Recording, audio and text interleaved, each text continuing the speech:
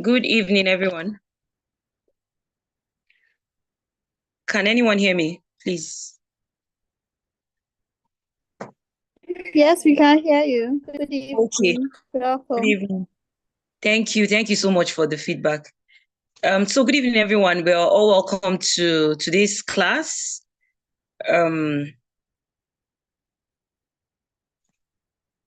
Today we are going to be talking about the legislative arm of government. And without any much waste of time, please, just a reminder, if you have joined the class and you haven't written your name in the chat box, please try as much as possible to take attendance. Write your name the way you would want it to appear on your certificate. Please do that immediately, right? So without any much waste of time, we're going to go straight to why we're here today, and I'm going to read out our facilitator's profile.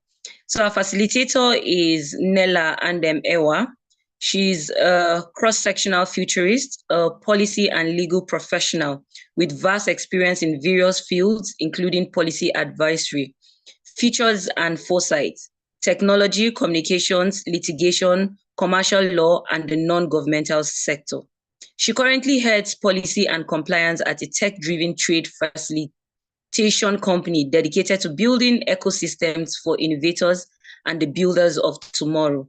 In this role, she leads strategic policy development to shape trade and digital policies.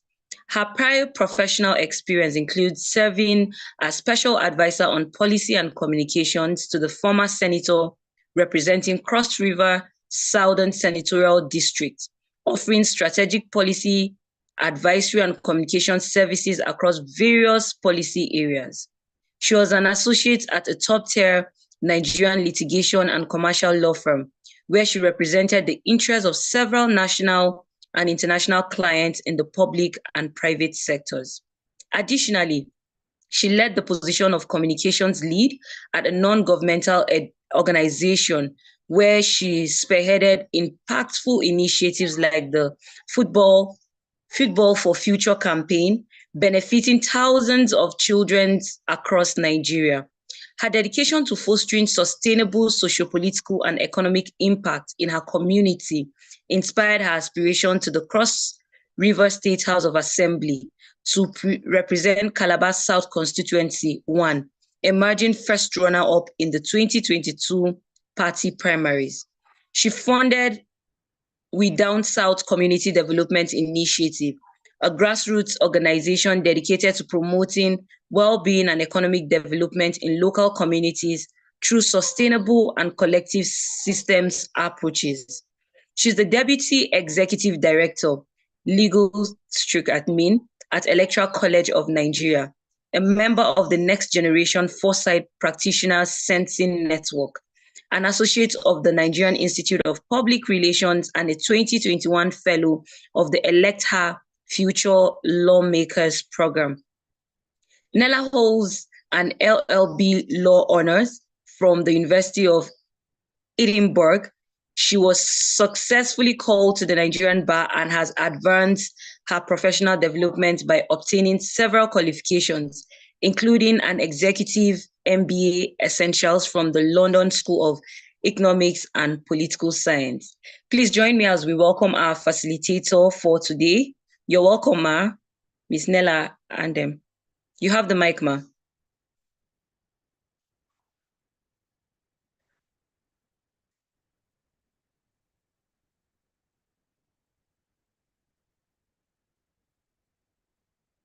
Ma, you on the call?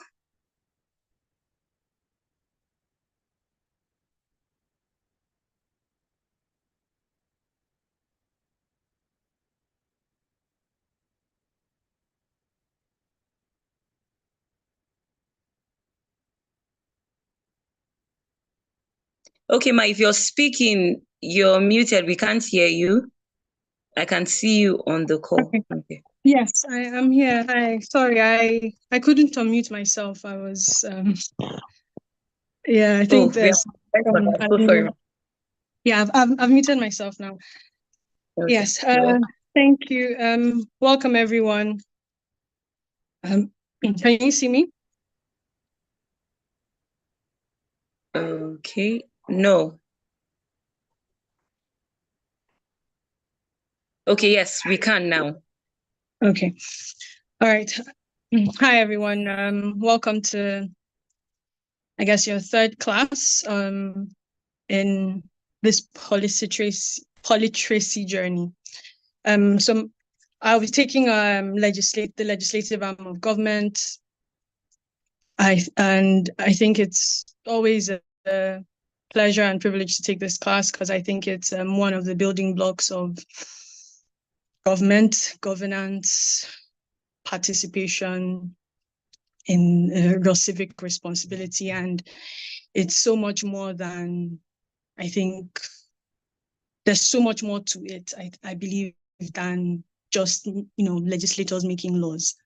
So without further ado, I think we'll just jump in. And I'm hoping it to be at least a relatively interactive class. I know there was a questionnaire that I had prepared earlier, which as we go through the class, we'll go and look at some of the answers and just see how, as a whole, it's not meant to be like individual. That's why I said there's really no wrong answer, especially in question 1. But it's always good, I believe, to start things off with a general overview of where we are as a collective, as opposed to individuals, because representation is a collective exercise, I believe. So please, next slide. Yeah, thanks. So in this class, just broadly, just so we have a direction as to where we're going in the next 1 and some hours. We will start with the Nigerian legislative system. I mean, before that, there'll be a bit of an icebreaker, but in terms of the core of the class, we'll discuss the Nigerian legislative system, representation. To me, is the main responsibility of a legislator, so I put it separate. But then we discuss the legislator's toolkit, which is essentially the ingredients to carry out their functions, and we'll also speak to the functions. And then what next, as Nigerian citizens, as people who are who have decided to build on and shore up their political literacy, what next for us? And then we'll just take some questions. So next slide, please. Okay, so I always like to use posers, and I like quotes as posers because they say a lot. A 3-line quote or a 2-line quote can say a lot, and especially when it's coming from people who I know more, it means nothing is ever really new, and the sentiments and feelings of our forefathers and ancestors, or even our people from other countries, or who live different experiences, or are living different lived experiences. There is something common, and there is a lot we can pull from each other, both past, present, and future.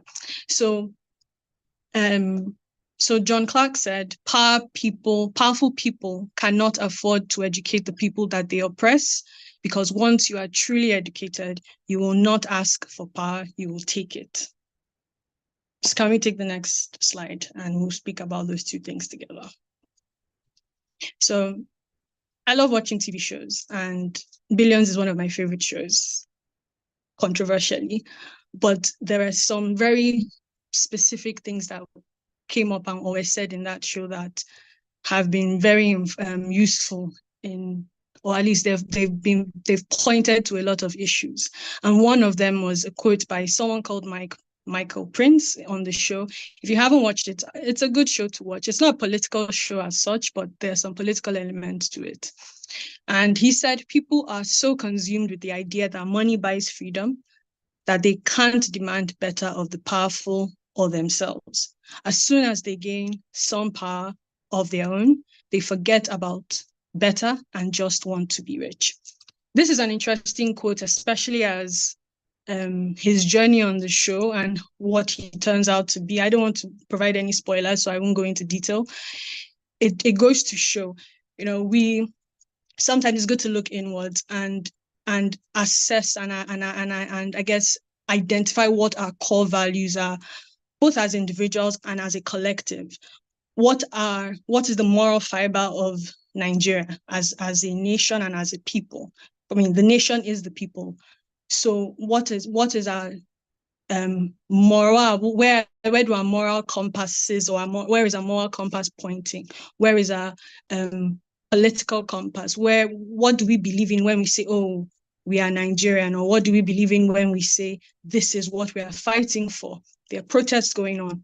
What is at the heart of it? Yes, end bad governance is the hashtag. But after that, then what?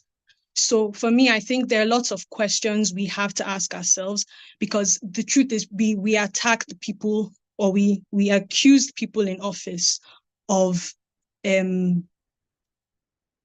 bad governance, not caring about the citizens, corruption, mismanagement, wickedness and evil. Sometimes we use those extreme words. But then this is not a conversation about, excusing or pardoning anything. No, we need to put fire under the people who represent us so that they do the right thing.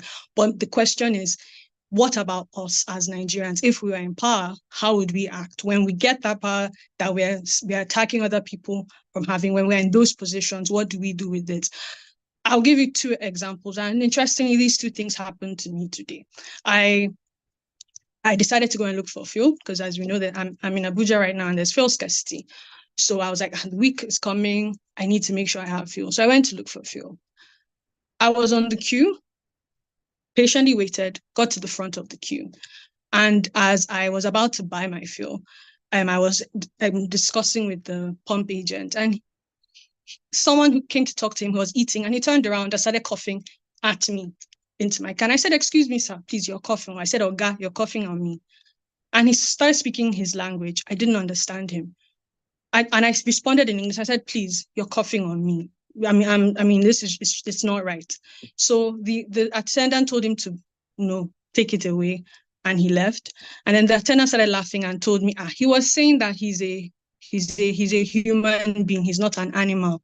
That is because he's poor that I'm speaking to him like that. That if he was rich and powerful, literally that's the direct translation of what I heard. So this is hearsay. But he said if he was rich and powerful, I would not speak to him like that, and I would treat him like a human being. But the question is, I am also a human being. And I said, Oga, all I said was, Oga, you're coughing on me. So and I think that takes us to this billions point. I'll be that phrase of, once we get power, then what? Because already it's that mindset of, it's because I am. So when I am, then I can do. And unfortunately, that is the sentiment that a lot of people share and have, of is because I am not.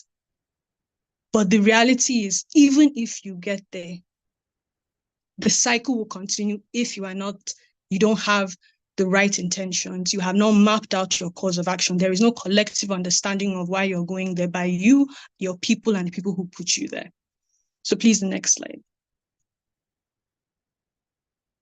So now this is, I guess, a bit of an icebreaker, or another icebreaker. And this was a question that I included in the questionnaire. And it's essentially, it's called Pollock game. It's a futures game / icebreaker that people do in groups.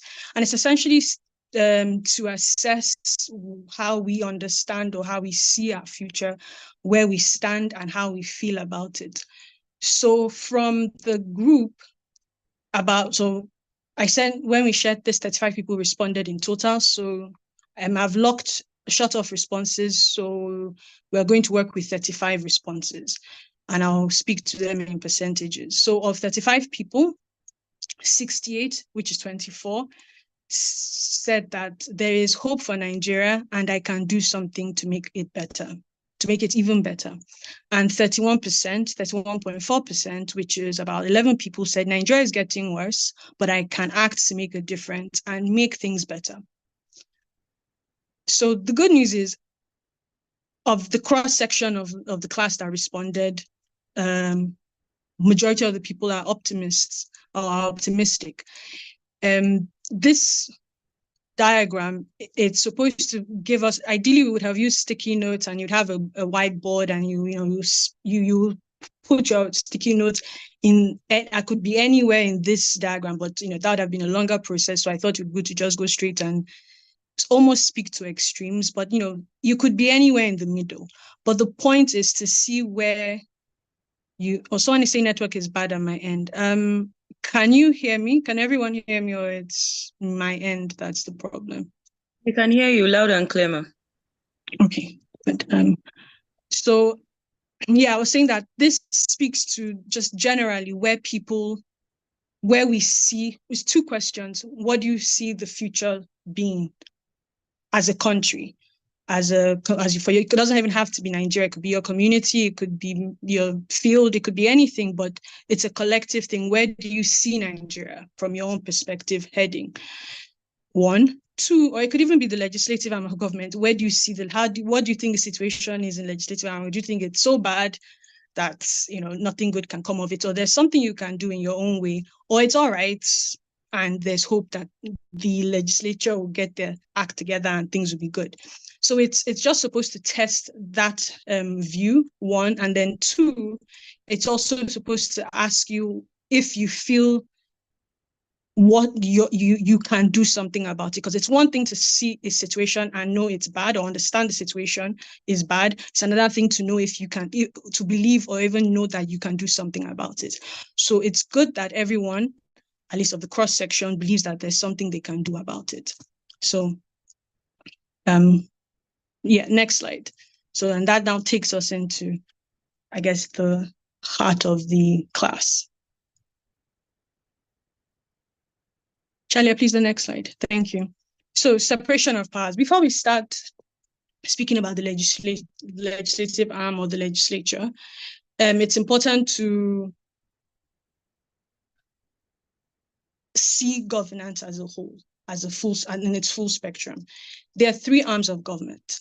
I believe you did the first arm yesterday, the executive, which was taken by the executive director. You're doing the legislature today, and you do the judiciary. Those are the three arms of government. They're sometimes called the three organs of government. And I think rightly so, because just like the way the human body works, each organ has its function to ensure that everything is under control. There are checks and balances. Your brain sends messages, your immune system fights off threats.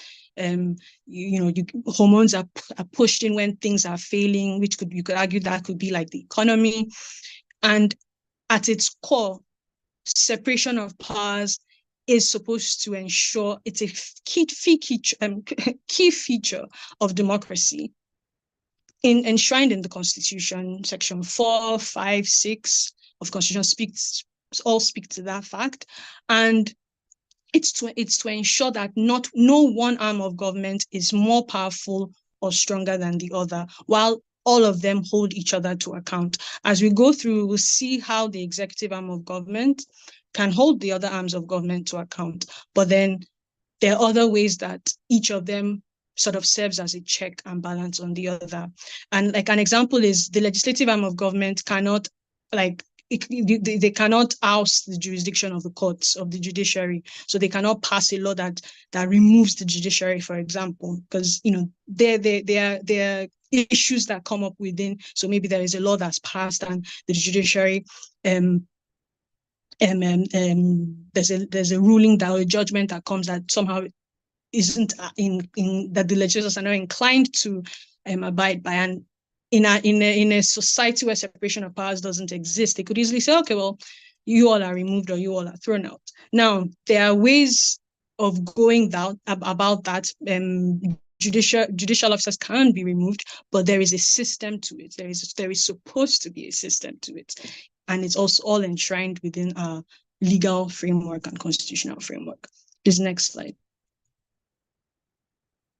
Thank you. So now the topic of today, the legislature, which is one of the three arms of government.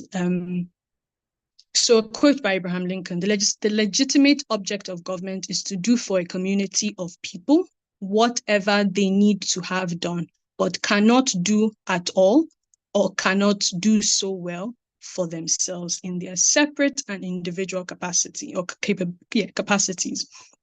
Now, I think this quote is at the heart of what the legislative arm of government is. If we could all do things by ourselves, if we wanted,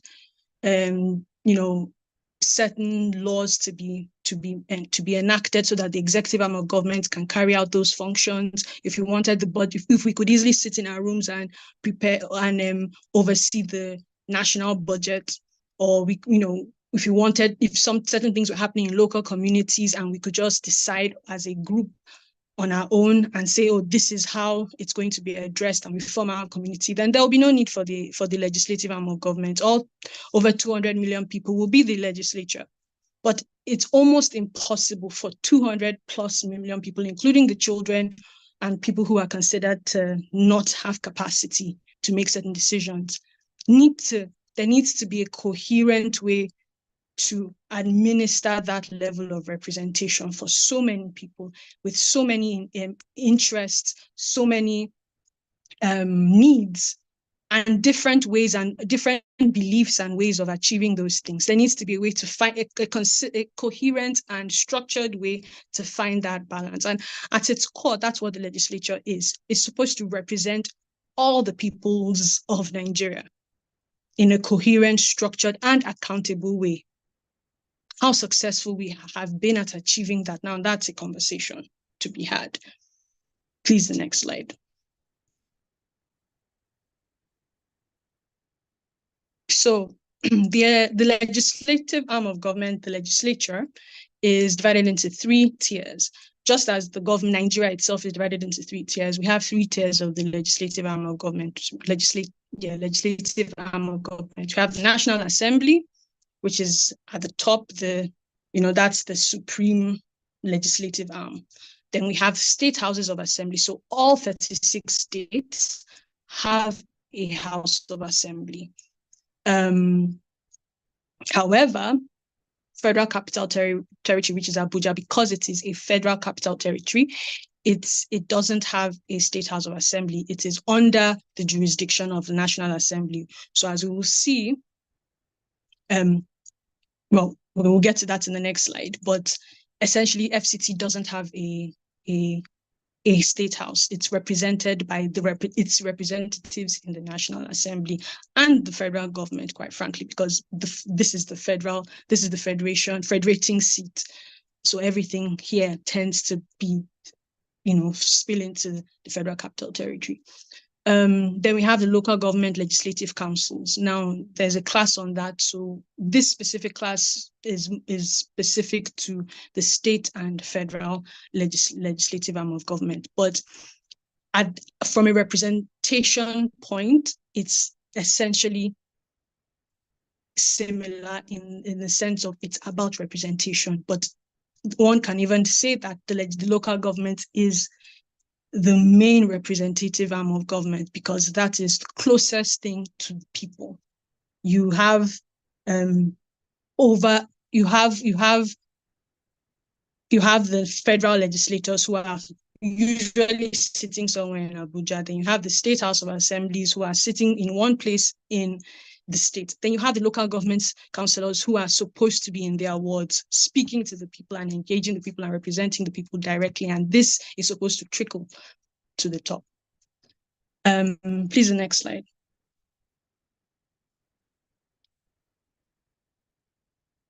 Okay, so well, just an interesting fact about that, like some figures. So of all the elected or elective offices, it's really only the president, the vice president, by virtue of being part of the president's ticket, the governor and the deputy governor by virtue of being part of the governor's ticket, that are elected in a way in the executive arm. However, in the legislative arm of government, at the federal level, you have 360 reps, House of Representative members. You have 109 senators. Then at the state level, if the figures are correct, you have about 990 State House of Assembly members, and then local government, you have about 8,809. So cumulatively, that's, almost 10,000 representatives as against 4 that are, not elected, that are elected. So it shows how important and significant it is to know your representatives at the legislative arm, because they are the ones who are essentially there to represent you. That is their primary function, and everything else they do is as a result of that mandate to represent you. So I just thought those numbers they're quite, well, to me, they're quite jarring. And even when we think about just the resources and allocation that goes there, so they need to represent you. So yes, but just some specific information about the houses. So the National Assembly, which is the federal legislature, is divided into 2 houses, or 2 chambers, as it's sometimes called. You have the red chamber, which is the Senate. As I said, it's made up of 109 total senators, 3 per state, and 1 for the Federal Capital Territory, as I had earlier said, because it is not a state, it's a capital territory under the federal government, as being the seat of the federal government. So it is represented by the National Assembly. So essentially, the National Assembly is its House of Assembly, and it's not a state house. It doesn't have a state house, rather. Then it's headed by the Senate President and the Deputy Senate President. The President of the Senate is essentially the Senate, the Chairman of National Assembly. So he's the Oga of National Assembly, and well, supposed to be. And then you have we'll speak to reps. Then on the rep side, you have 360 members representing each federal constituency. And each federal constituency, so the Senate, you have the senators who represent senatorial districts. In most states, I'll use my state, for example, I'm from Cross River State. You have 3 senatorial districts. You have the North, you have the Central, and you have the South.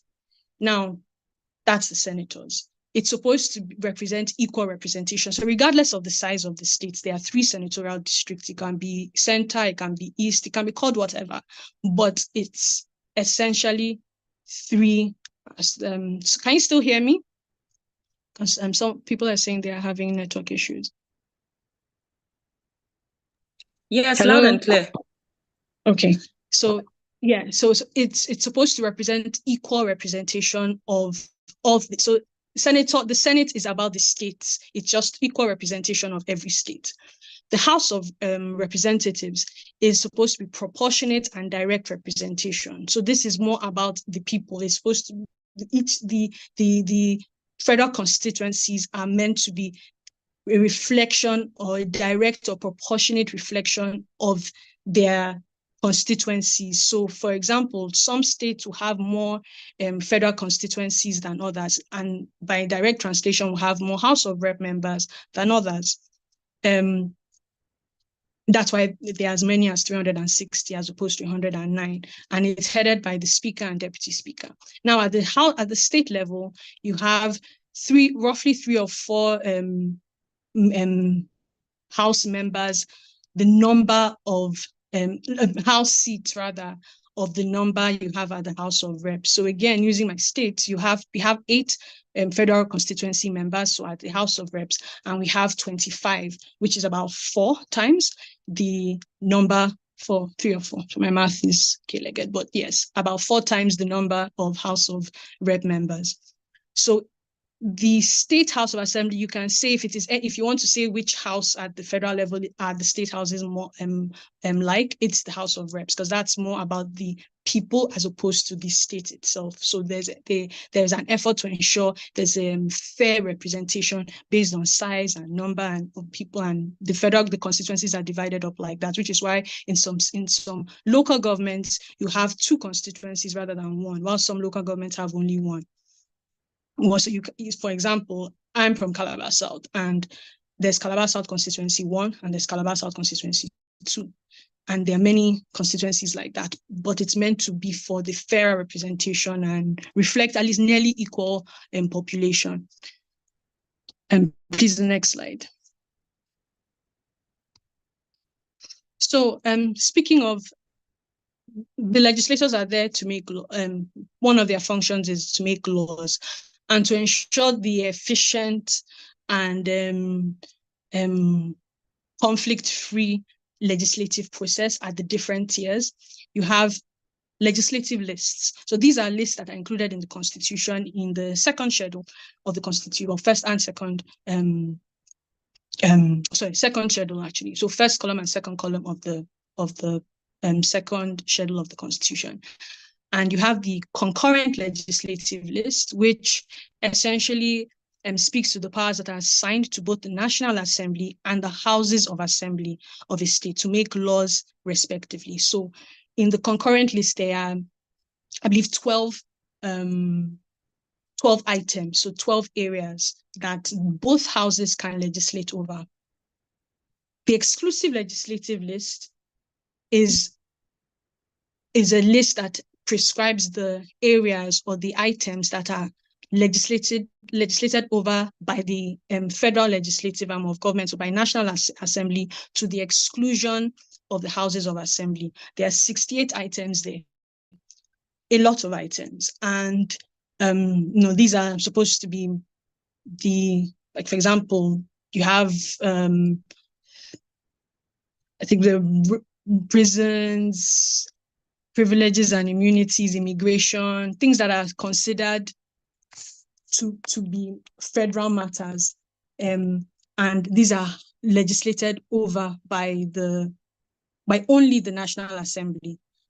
Now there's been a lot of clamor for the devolution of these powers, that states are unique, states are individual, states have issues that are peculiar to them, even within these specific items and legislative areas. And it would be advisable, or it would be in the interest of Nigeria and the states, that some of these 68 items are devolved. So basically removed from the exclusive list and put in the concurrent list. So the federal arm can still legislate, but the state legislators would now have the power to legislate of them, to ensure that the peculiar nature and interests and issues that are special to or peculiar to their states are better reflected within the legislative framework. And it has happened yet. But one thing is that the legislative powers of the National Assembly will always supersede those of any state house of assembly. So, for example, if there is a concurrent issue, or an issue that's on the concurrent list that is legislated over by the federal legislative arm, but it's also legislated over by the state, and that state legislation is at variance or contradicts or contravenes the national law, that national law will supersede it. Please, the next slide. So another quote for you. Democracy is like blowing your nose. You may not do it well, but it's something you ought to do yourself. This essentially is saying, you as a citizen of Nigeria, you as an individual in Nigeria who is supposed to be represented by people in the legislative arm of government, and the executive and even the judiciary, they all have a duty to you as a Nigerian citizen, and it is your right to be part of that democratic process.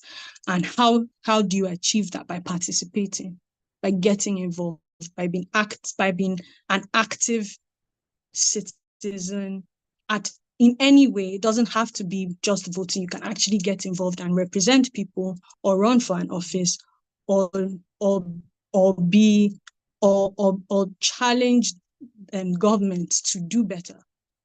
But the point is, it has to be done. Just as if you have to blow your nose, you have to be part of the democratic process if you want things to work for you and future generations. Please, the next slide. So what is representation? Well, speaking about democracy as something you have to do, then, because essentially democracy is literally participating either as a citizen or a group or in the political, government, and civic process of your nation, community, country, even citizen of the world in whatever is going on.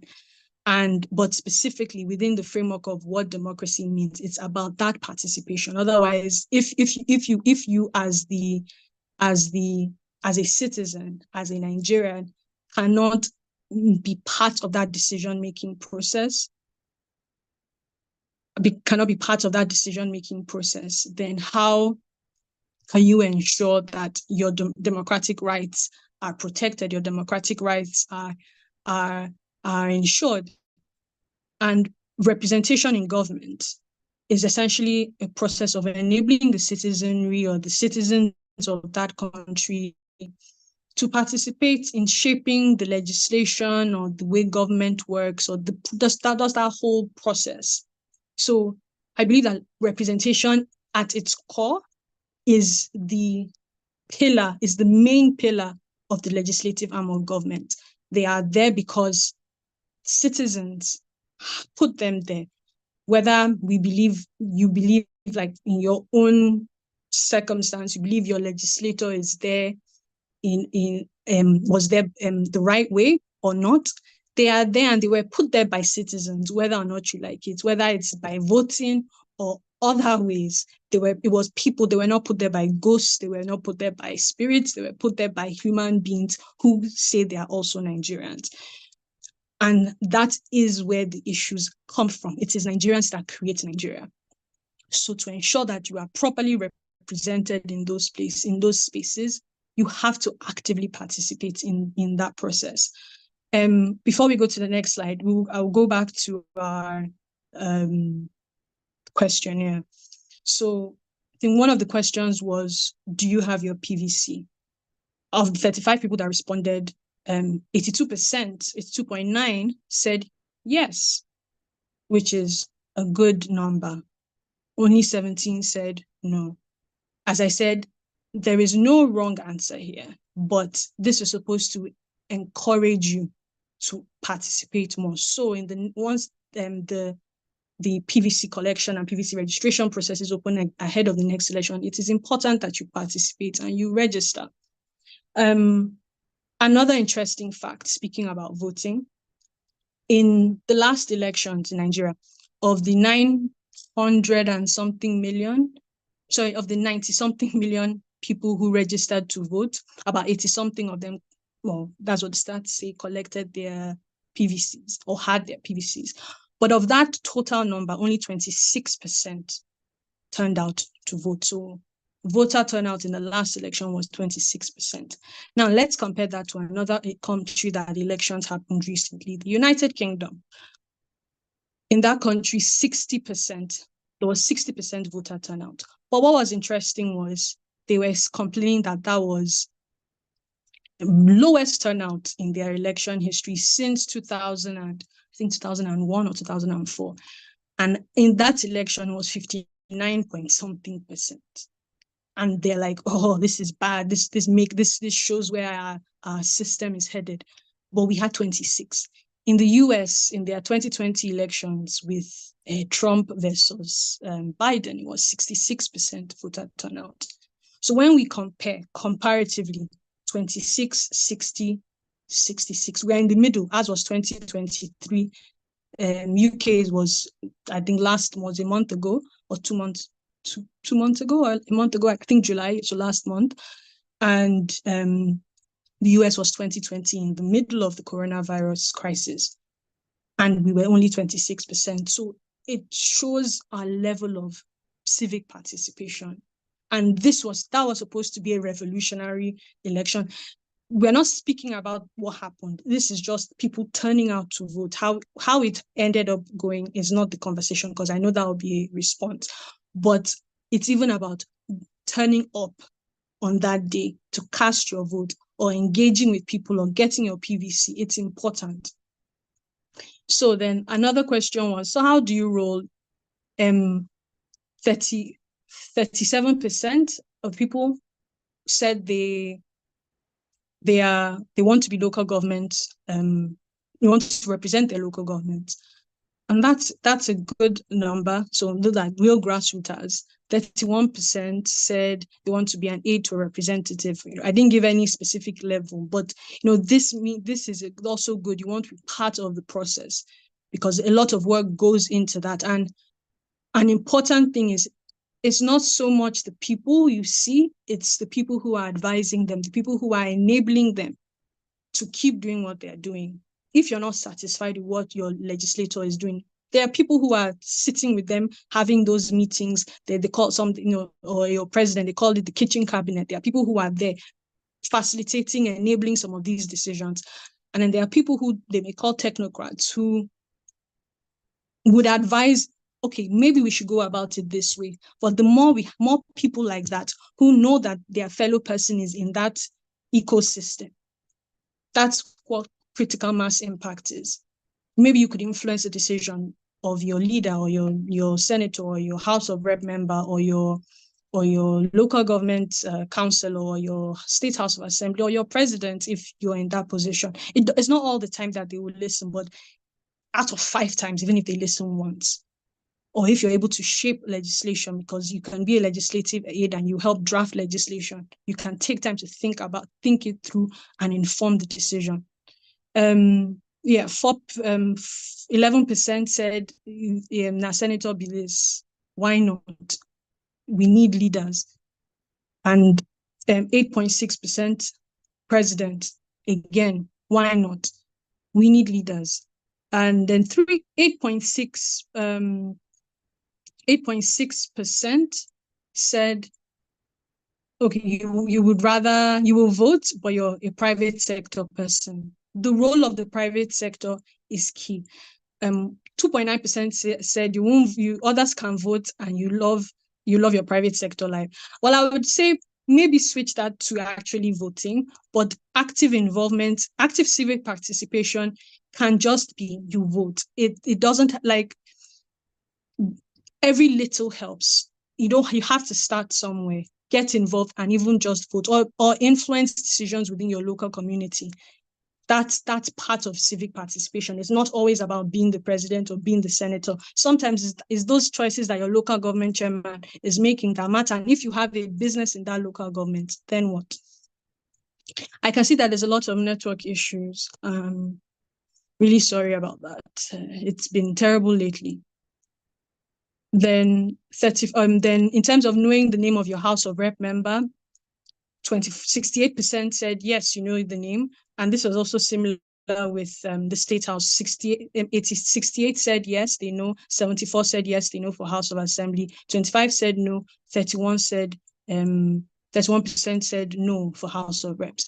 It's important to know who they are and know their names. I think it is critical. Everyone knew who the president is. Well, of course we do.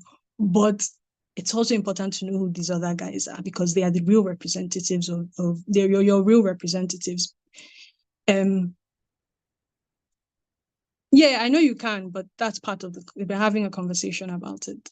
Then lastly, the political appointees, elected officials.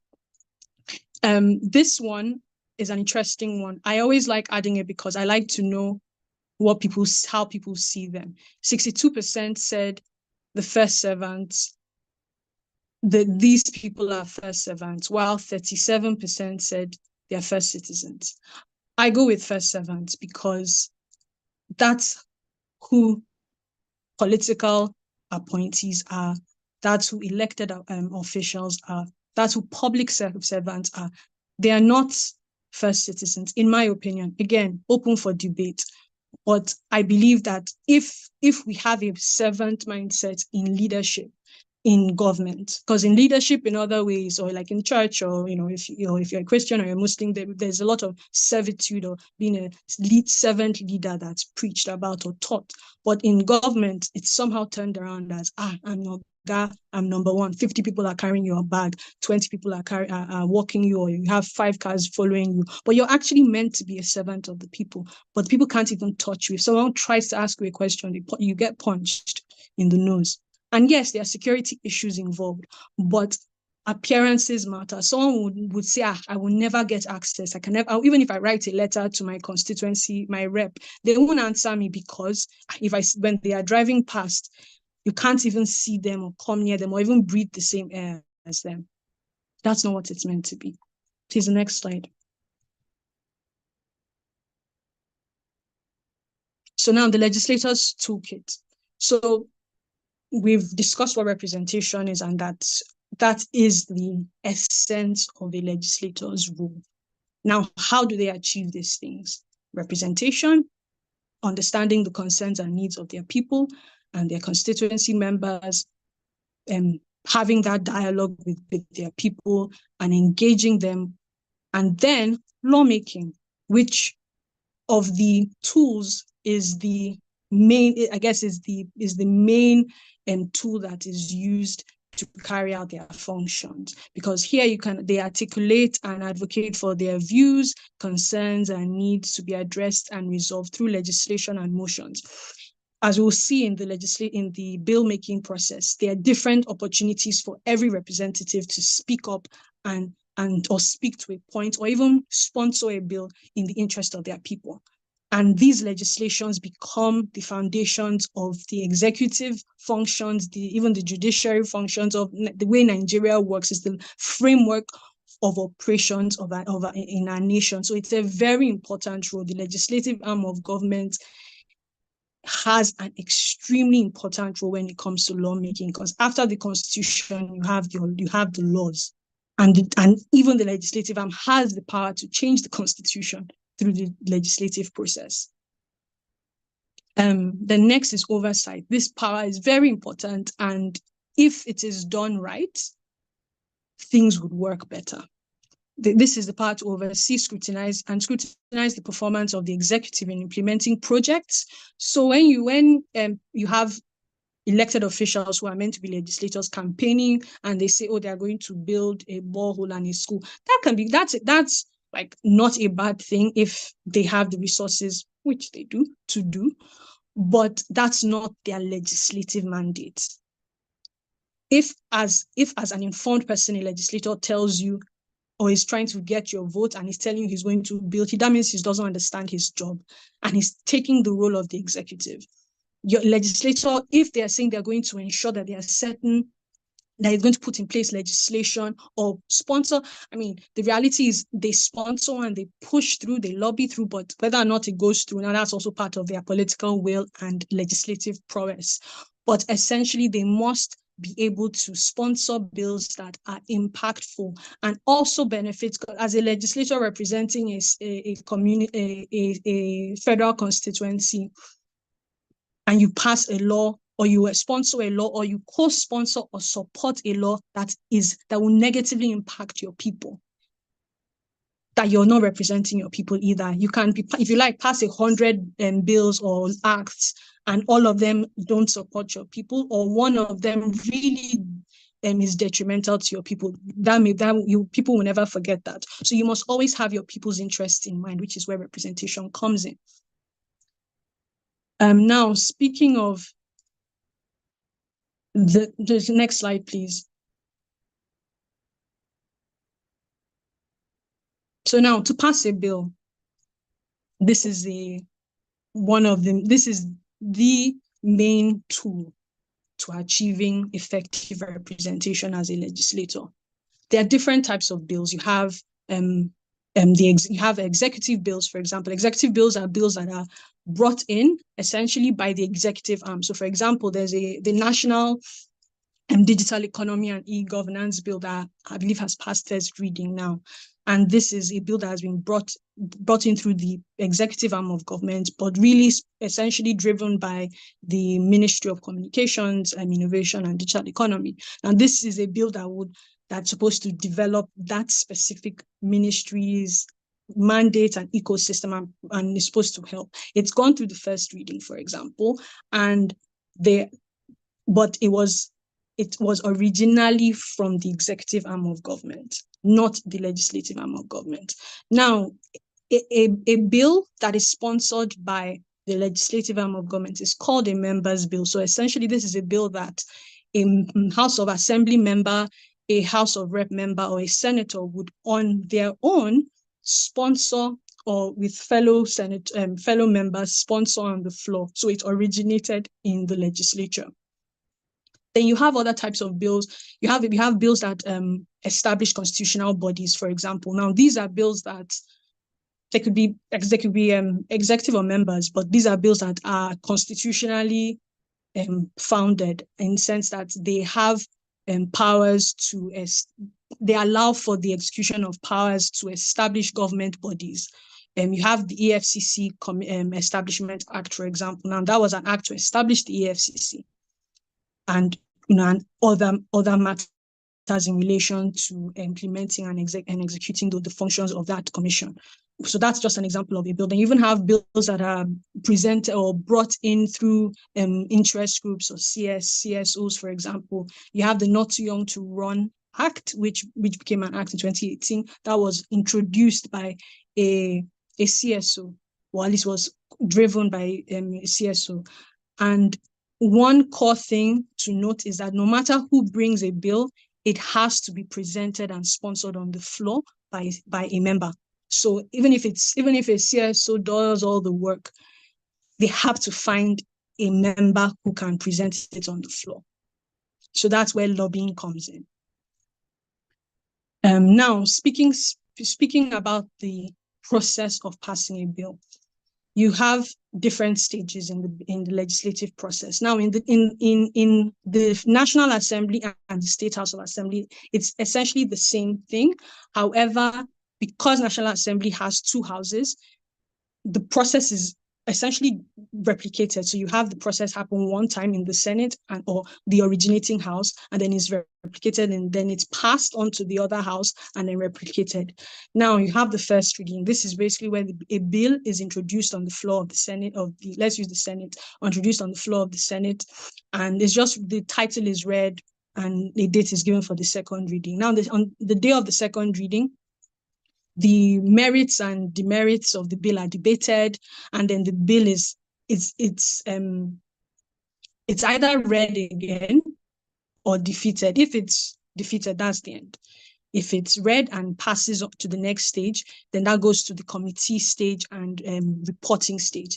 Now, at the committee stage, for every bill, it has a specific area it's speaking to. There can never be a bill that is just generic. There has to be something. The most generic bill has a specific policy area or legislative area it's focusing on. So, for example, a bill that is speaking to change the education system or ensure or improve the education system, for example, will be specific to education. And the Senate and House of Reps and the State House of Assembly, they have committees. So, and each committee has a chairman and vice chairman. So it's usually when a bill is passed, and for example, if it's an education related bill, when it gets to the committee stage, it would be submitted or directed to the relevant committee, and then those within that committee will deliberate on it, consider it. They could amend it. They could call for public hearings, which is where the interest groups and the private and the role of civic participation could come in, where the public hearings happen, where the citizens or interest groups or relevant agent MDAs coming to speak for or against the bill. And then all of that information is taken in, considered, and translated into the bill, either altering the bill, amending the bill, leaving the bill as it is, or completely blocking the bill at that stage. However, if the bill goes on, it moves to the third reading stage, where, flowing from the reporting stage, where the bill is moved and it's now read for the third time. If it's read at this stage and it passes through unopposed, there's no issue. Or even if there are issues, it's resolved and it's passed. A clean copy from the originating house, so in this case, the Senate, will be sent to the other chamber. Now we're speaking at the federal level, will be sent to the other chamber for concurrence. They will go through that process again, first, second, third, blah, blah, blah process. And if they if there's nothing, if there are no amendments or dissenting opinions from that house or that chamber, it moves on smoothly and goes on to they pass the bill too, and then it moves on to the presidency or the executive arm, either the president or the governor.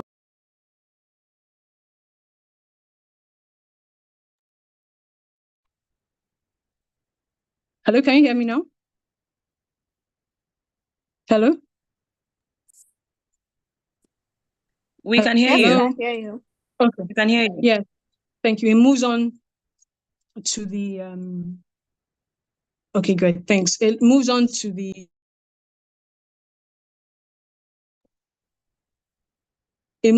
executive arm of government for presidential assent or presidential veto. If within 30 days of it being presented to the president, he doesn't assent to it or respond or even veto, the legislative arm of government can veto that bill and pass it along. Now, what usually happens is the president will veto it. If he assents to it, then that's straightforward. But if he vetoes it,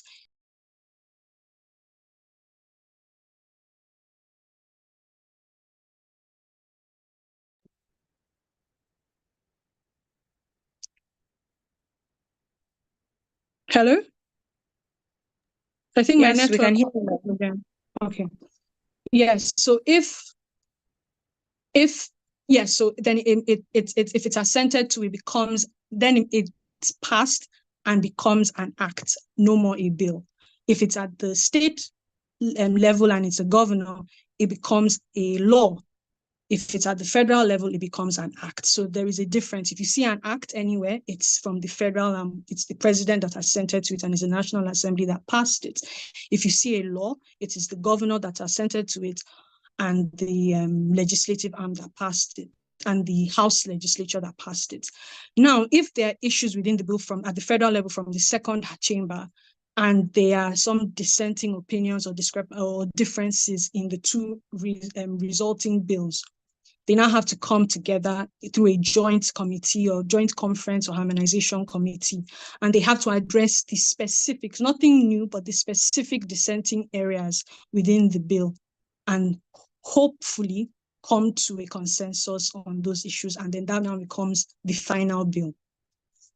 Now, there are different types of bills, as I had earlier said, but in terms of the process, there's a constitutional amendment process. So if it's to change the constitution, the process is a bit different. If it's a money bill, it's also a bit different. For example, in a money bill, that committee stage it's handled exclusively by the appropriations bill, by the appropriations committee rather, which is essentially what now becomes that, which is where you hear appropriations bill.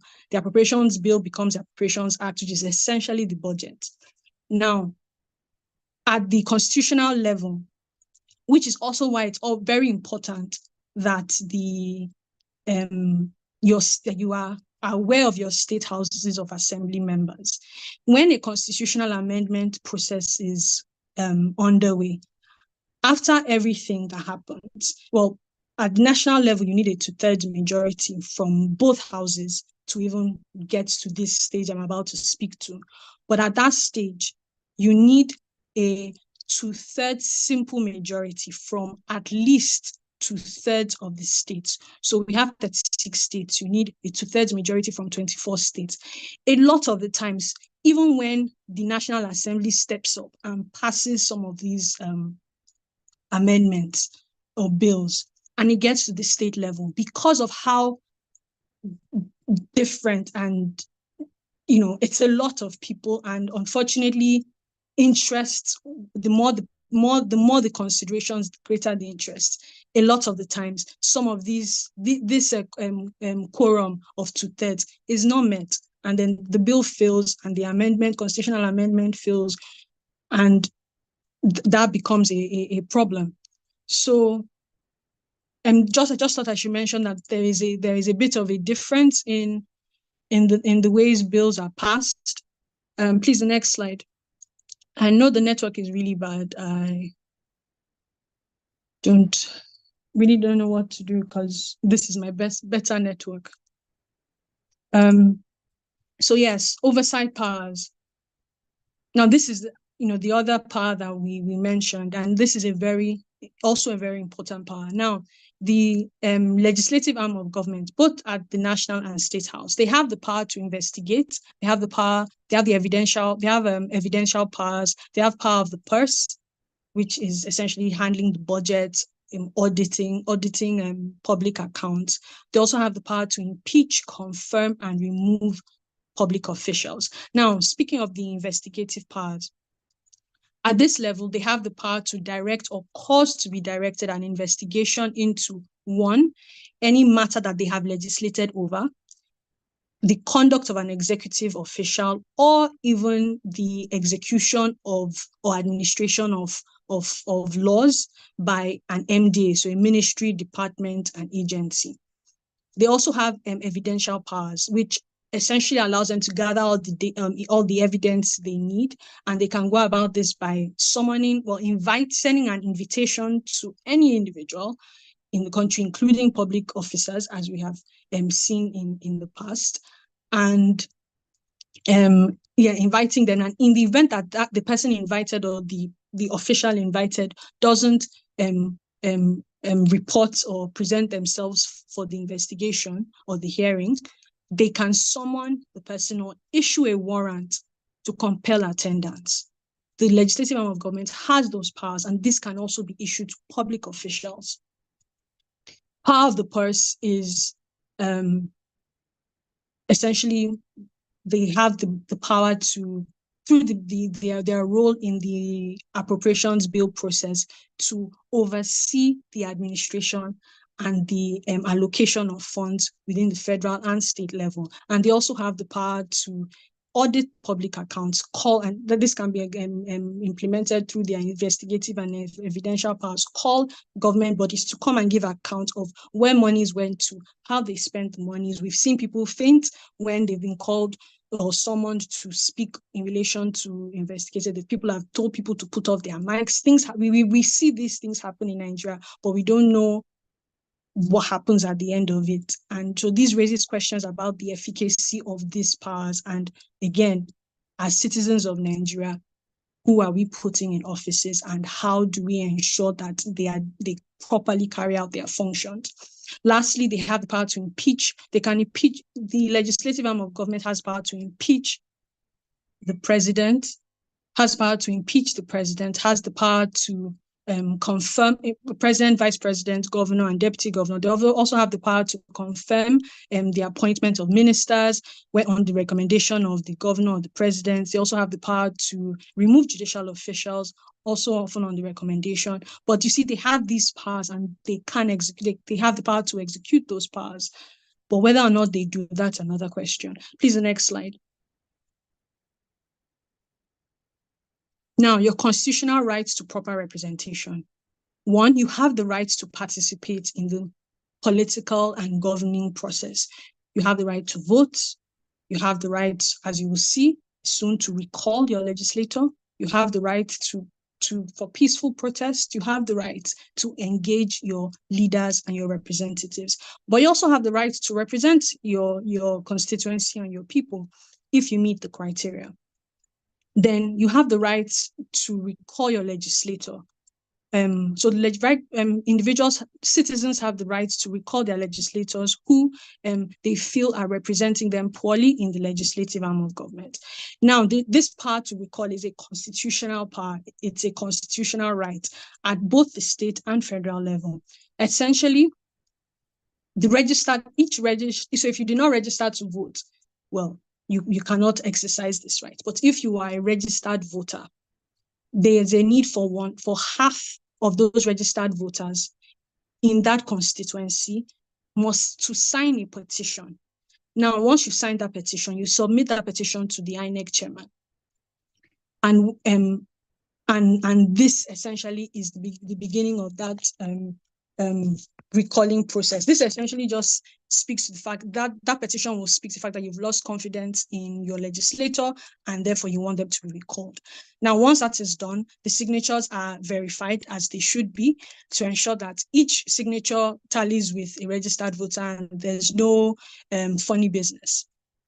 Once that is done, INEC would then conduct 90 days after the petition, the date of the petition, then INEC will conduct a referendum of those of that constituency, in that constituency, to ensure that there is an approval. It's not a political move to have that legislator removed. So those registered voters would engage in a referendum, and if it goes through, after some other administrative processes, like obviously notifying, the legislator has a right to be notified and also respond, and if found wanting, and all of that process, all those processes are completed and done properly, the legislator is removed. Now, we have seen attempts at this at federal level, but a lot of the times it's never really seen through, and it doesn't go through the end, because again, there are so many interests, one, and there are bureaucratic blocks within that process. The reality is there have to be those protections to ensure that it is not a political move. But how many people even know they have that right? One, how many people are willing to exercise that right? And then how many people are willing to form a collective, willing to generate and able to generate that collective mass impact to sustain such a, because it is, even though it is a constitutional move, we cannot shy away from the fact that it is also a political move, because it will take a lot of will to achieve it.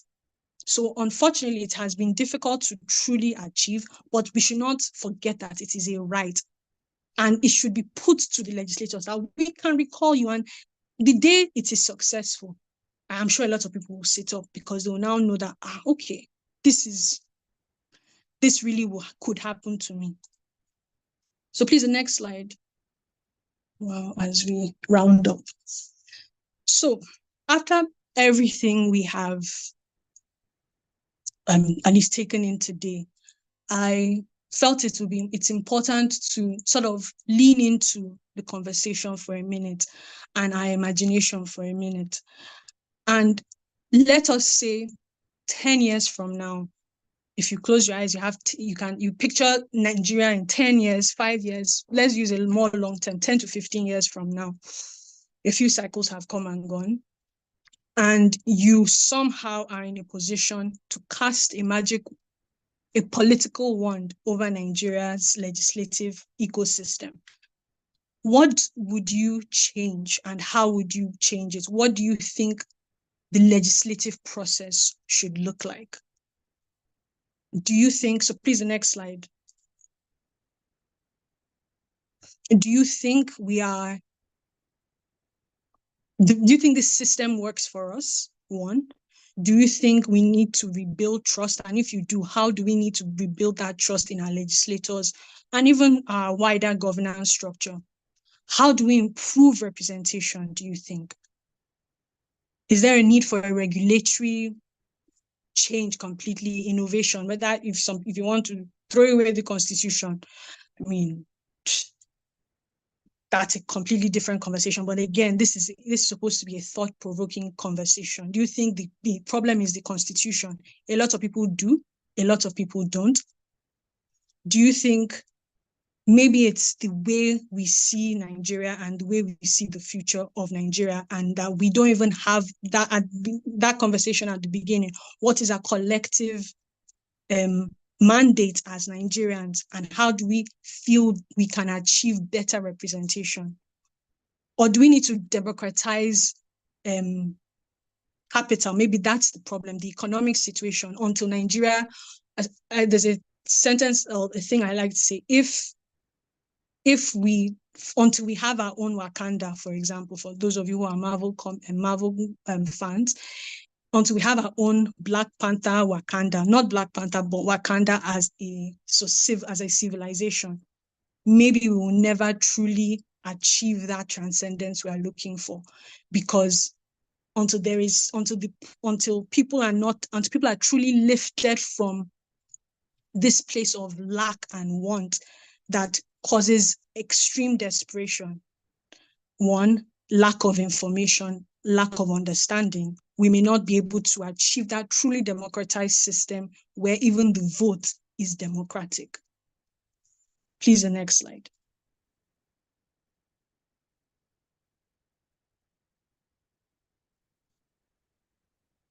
So I ask, let's maybe question the product. In this thinking process, let's question the product. I think Dukas, please, your hand is raised.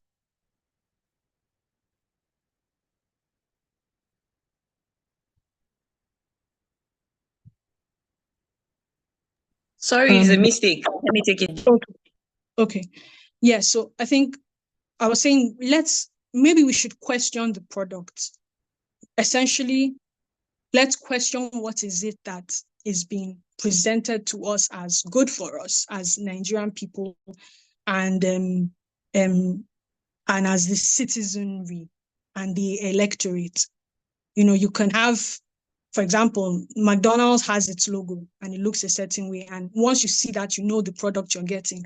Or maybe we need to change it around. We need to turn it to the side. We need to flip it upside down. Maybe we need a different type of legislative process. We need a different type of democratic process. We need a different way of thinking as Nigerians. Or maybe we just need a chicken republic, which is essentially a process that is unique to us, not received from colonial times or from the Western world. Maybe we need something that is more indigenous or influenced by our indigenous practices and way of living.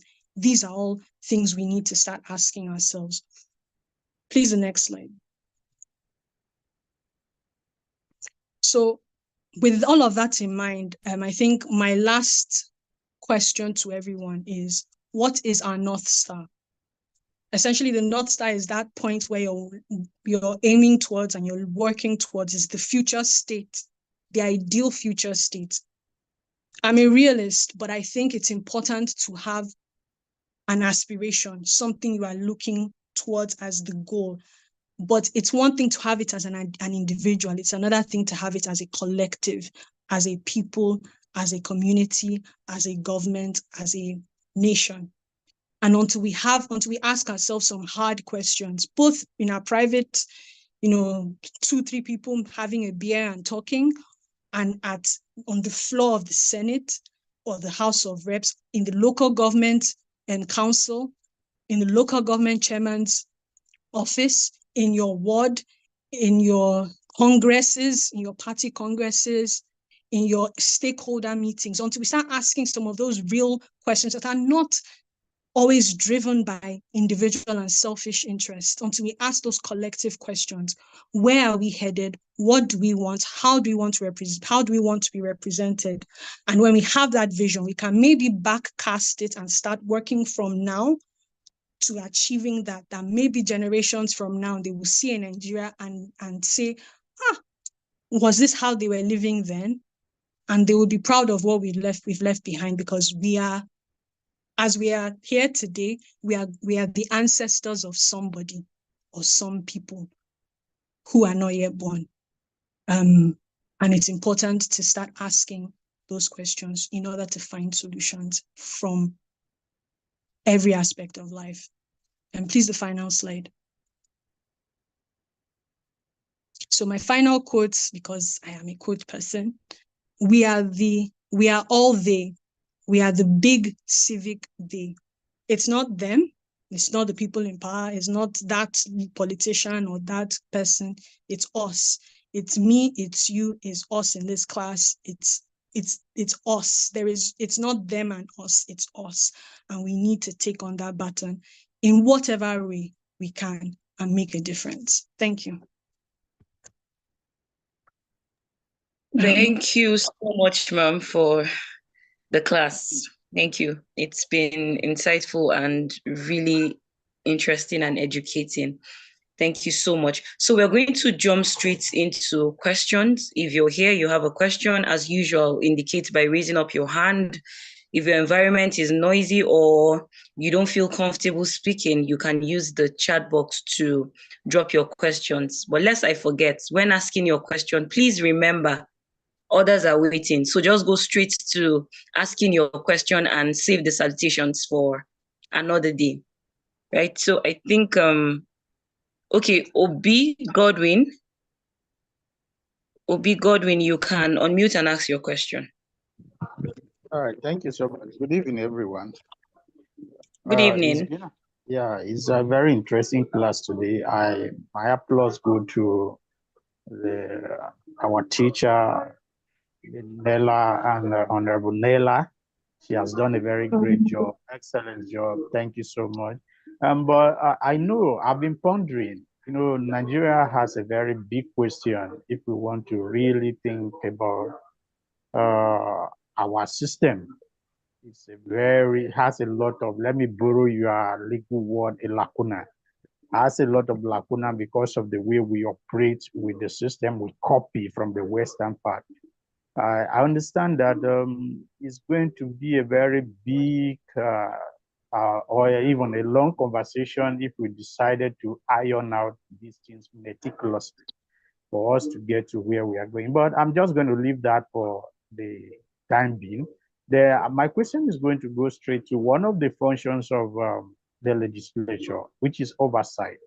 And the subsection of it is investigating some of these DGs or maybe those people who, let me just holistically, the appointed officers who they confirm, who they have the power to confirm, and even the elective, who they have the power to impeach. A lot of the time in Nigeria, these processes are not expressly done. Even when they attempted to, you never really see the light of the day, even if that person is found guilty. I have a very clear court records of many names I could mention that I've watched several times, even when they do a public hearing to those people, how they siphon money and all of that. But I also know that in a democratic system, there is a separation of power, and the power to execute and also to bring these people to judgment mostly is on the judiciary. But a lot of the time, my question is when the National Assembly has been able to or find a fault in any of these people who recklessly use our money or our resources, siphon our resources. The whole thing does not always see the light of the day. I mean, the process of bringing this person to book, because at the end of the day, even when they find this person faulty and then, okay, it's handed over to the judiciary to be, maybe they're asked to be removed. I've seen cases where even those people cannot even be removed because maybe the executive say, no, we want him there. And then I've also seen cases where these people, okay, maybe have successfully been removed, but those resources they have siphoned cannot even be retrieved. What do we need to do? How do you think the legislative can actually, is there a law that can give an exception to the legislature after finding a fault to recover this money on their own without having to go through the judiciary process? That's my question to our teacher for today. Thank you. Okay, thank you, sir. Okay, yes, you can go ahead, ma'am. Okay, so I think to answer your question, the main thing is, it's one thing to have the mandate to do some things, another thing to have the will to do it.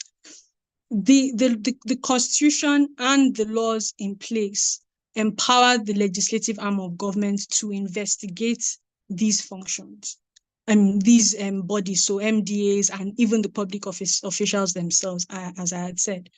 However, in the course of carrying out this function, so for example, in an investigative, let's even use, we've seen cases, as you said, where the investigative process starts and people are called in or summoned, sometimes even a warrant is sent to essentially come and explain where the monies went to.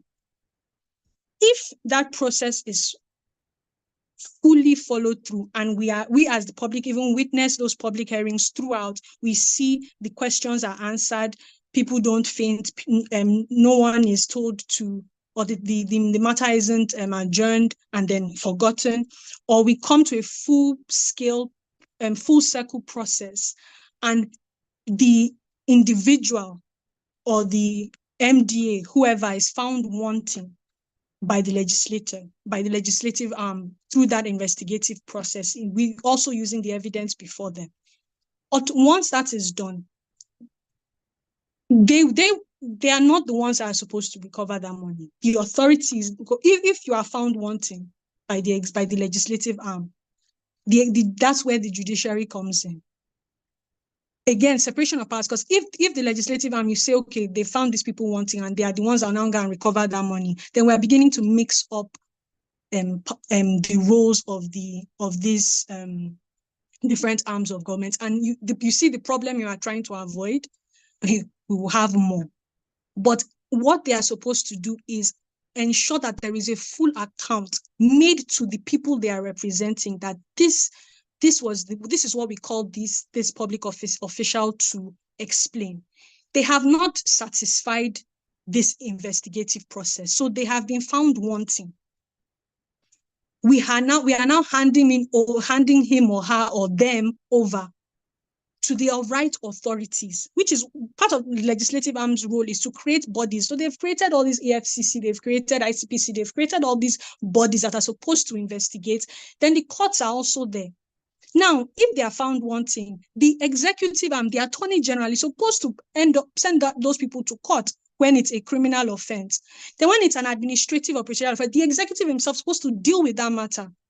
But I personally do not think, it is not the case, but I also don't think that the burden should be on the legislative to follow through and ensure those resources are recovered. But they should ensure that they see that process through and they give us a concluding resolution that this is the finding of the legislative arm.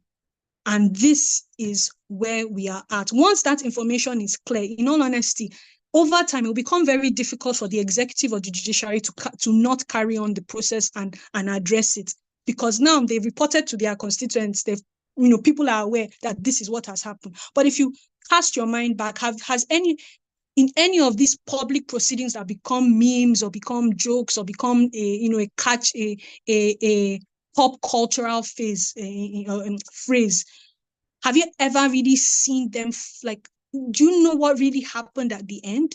There will be a resolution, a report somewhere, but do you, as a citizen, really know how it ended? So I think, I hope that answers your question. Again, that's why, when people say the Constitution, these things are already there.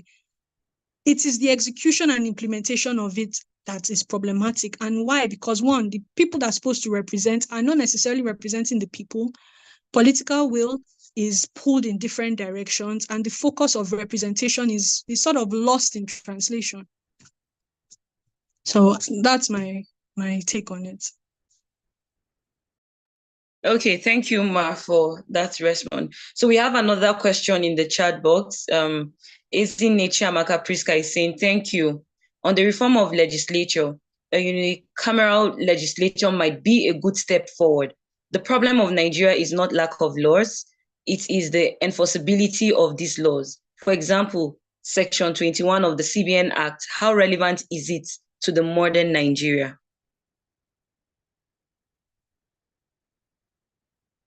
Should I take that again, Ma? Yes, please. Sorry, I didn't catch the end. Okay, so the question is, okay, she said the problem of Nigeria is not lack of laws. It is the enforceability of these laws.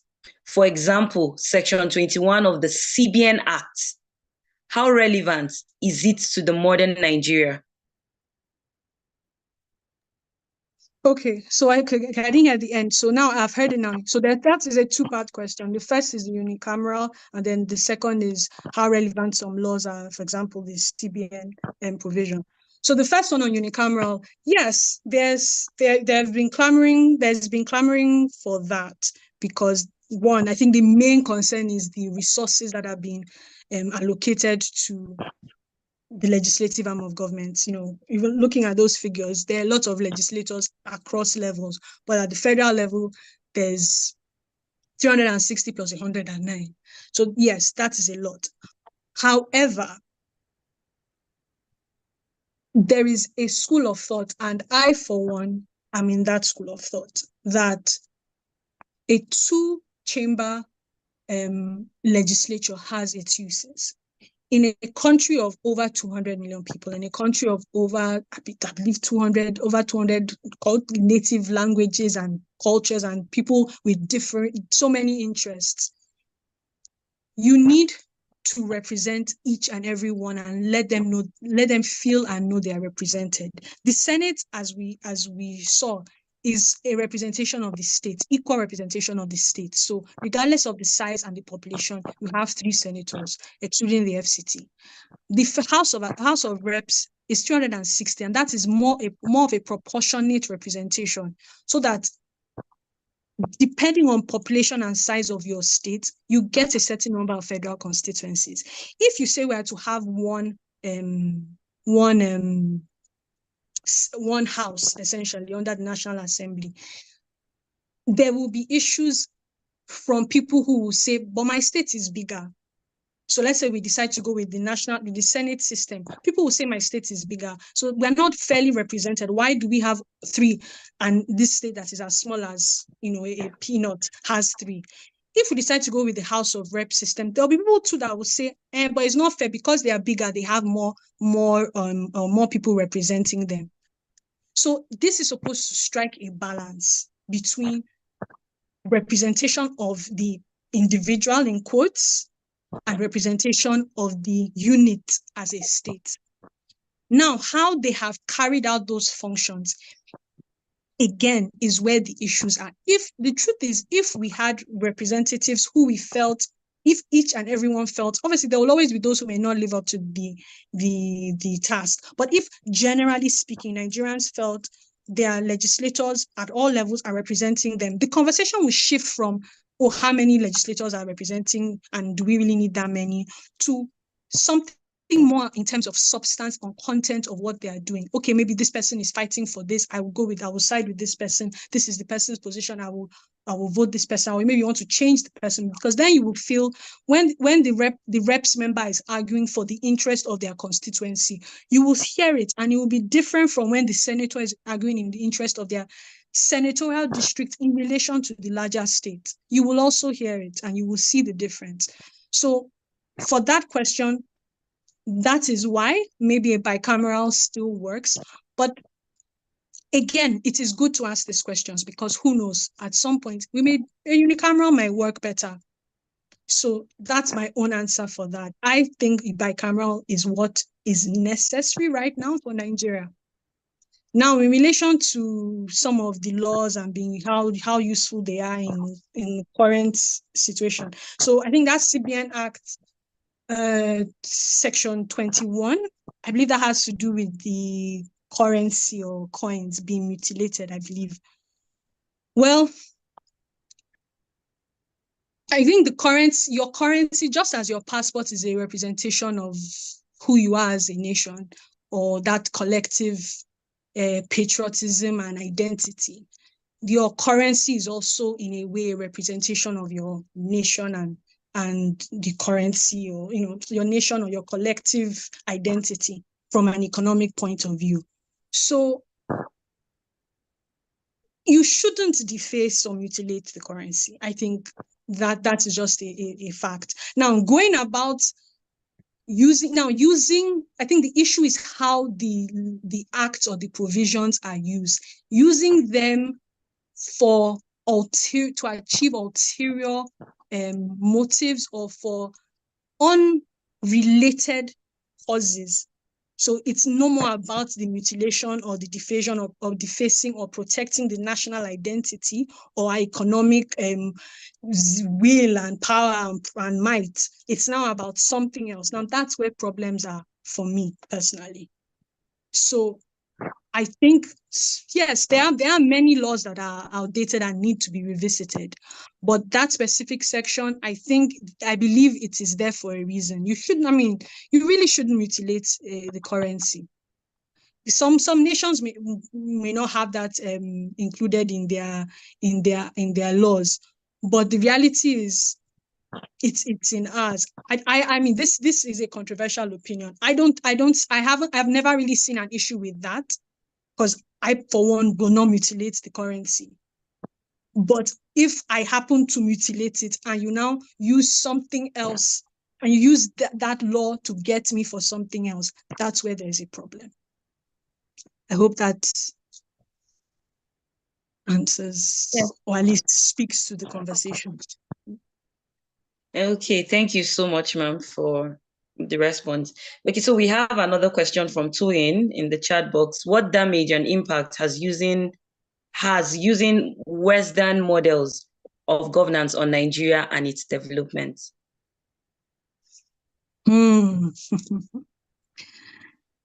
So I think, for me, this is a national identity thing, and I feel it's beyond Nigeria, if I'm being honest. We all know our history. A lot of things, a lot of our systems are received, and I believe, in as much as they like to make us think there was nothing before, so there was, because even if you look at your own culture, your own individual cultures, I'll speak to mine. There was a system of representation. There was a system of even dispute resolution that existed within my own indigenous culture, and we have received Western models so much to a point that, well, I mean, now this is a purely personal opinion, to the point where we are almost lost in finding who we truly are. That's not to say that, like, the world systems have been there from time. So federal system of government, parliamentary system of government, even communist systems of government. There are different types of government, and these have been established over centuries and over time. I'm not necessarily saying we should throw that out, because some of these things at least give a framework to operate from and a model to operate from. However, how useful are the systems we receive to our current national and indigenous way of life and ways of addressing issues? We have traditional rulers, we had traditional systems. And in some cases, if you go to the, where the real, I guess, lived experiences of the 90%, some people will not will not do anything without a go-ahead from the traditional ruler. There's still systems that work like that. And some people will rather be represented by their traditional ruler. If someone like that is in a position to vote, for example, some of them will listen. I mean, in the political process, a lot of times people go to consult you. You consult the traditional ruler. You consult the stakeholders and the community heads. Why do people do that? When you say you're doing consultation, that's even at the beginning of the whole election exercise, you do consultations. If you don't think those people are relevant, then probably you should just go and start consulting the individual politicians. But because there is still a system in place. So my position is, I think we have followed Western ways a lot, and I think it's time we sit back, assess our own unique and nuanced cultural practices, systems of operating, go back and look at our own history, not the history they've told us is ours, our real history. And unfortunately, a lot of people who the custodians of that knowledge are dying, unfortunately. But it's not too late. We can still get that information and then be able to figure out the way our own culture works. Because in some cases, there are many societies that have refused to adopt the way the Chinese legal system and the way they function as a society. Yes, they have laws, they have parliaments, but the way functions and implementation of activities are carried out, it's very unique to them. And you can argue that it has worked for their society. Don't get me wrong, there's a lot of issues there, but I'm speaking about the way you utilize your tradition and your indigenous practices and the way it informs the way your system of government functions. I think that is something we need to start looking at. And it's beyond this class, is beyond a conversation in a classroom. I think it's a continuous engagement process and dialogue, so we can build that out. That's my position. Thank you so much, Ma. Isaac Ojima, you can unmute and ask your question. Isaac.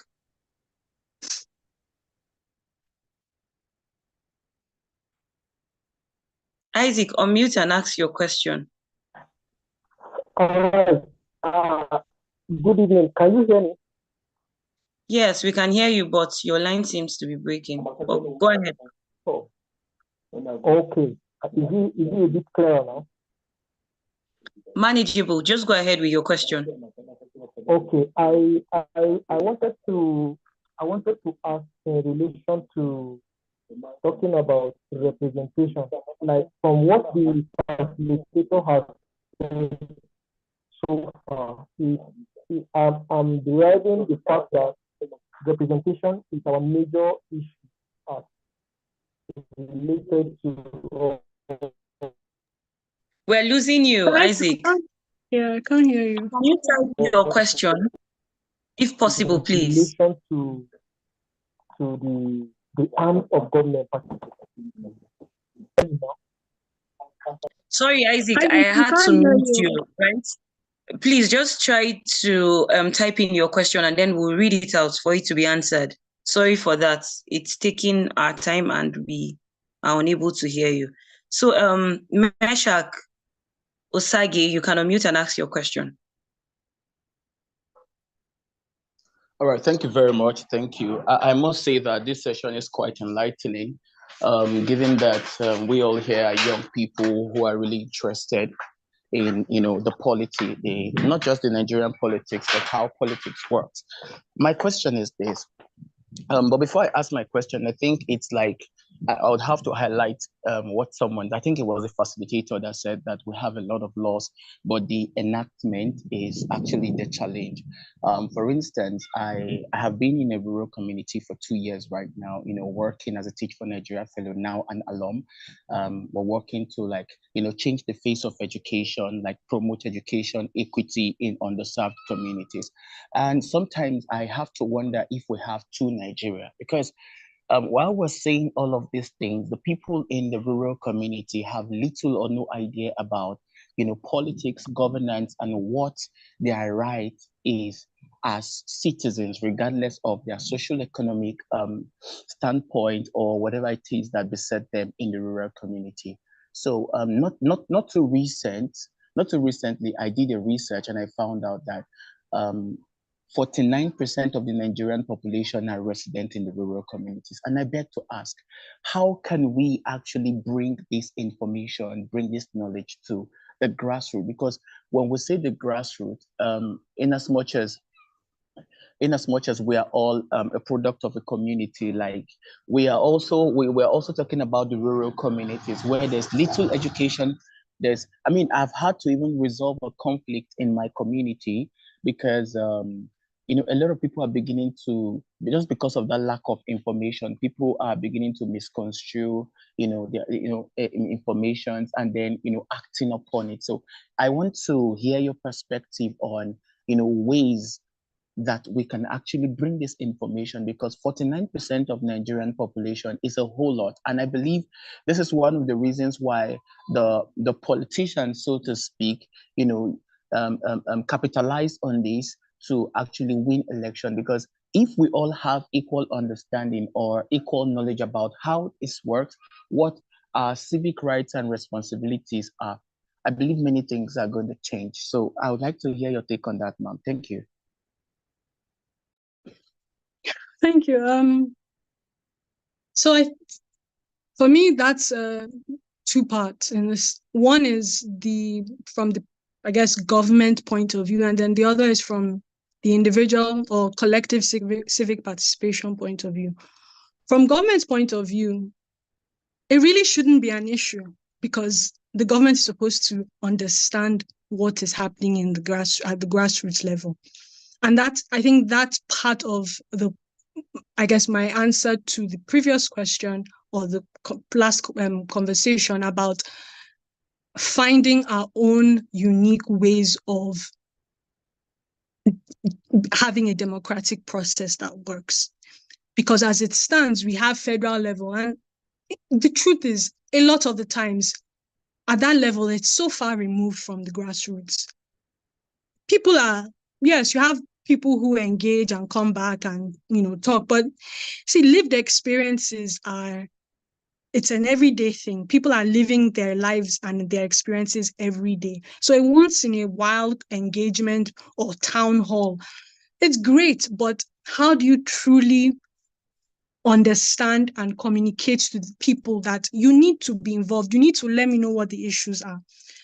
So for me, I think it's at the local government level and at the ward level, because I think beyond political parties being a vehicle for elections, they are also meant to be a vehicle for participation.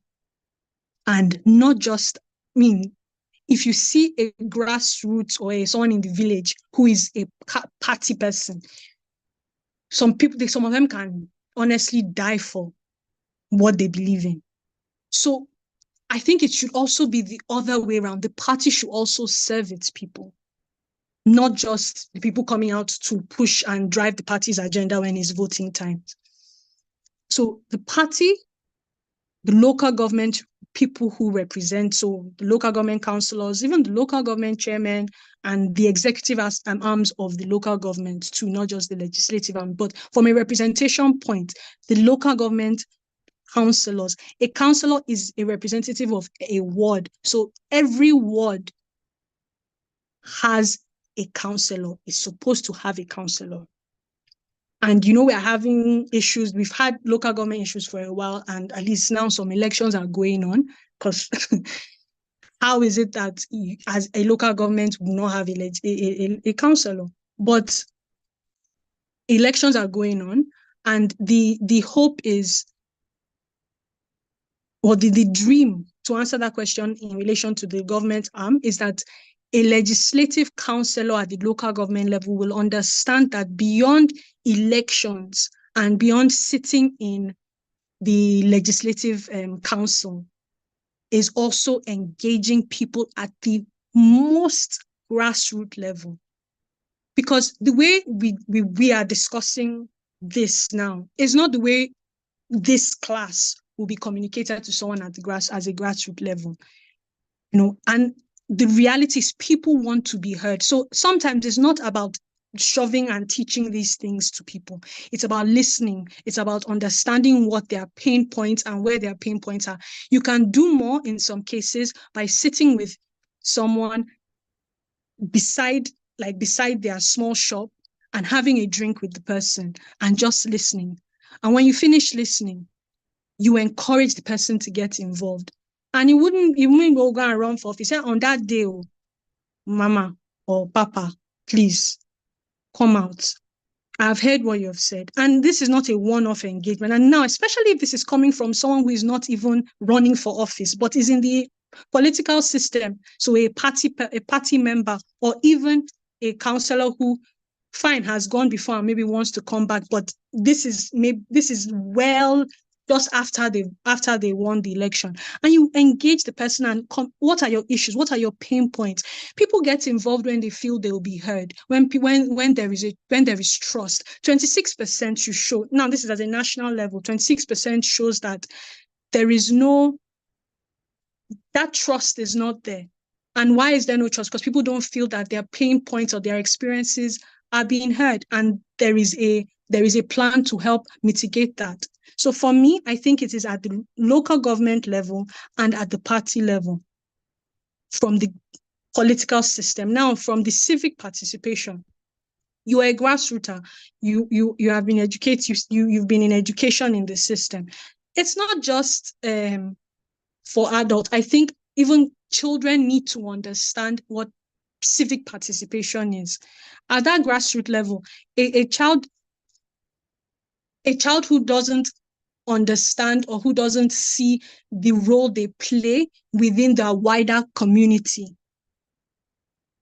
that is the beginning of that solution, of providing that understanding or awareness, engaging people on that level, creating ecosystems for engagement at that level. So this is not we get a hall, we have a big class, we have a big seminar, there's cake and meat pie at the end, we take pictures, we walk away.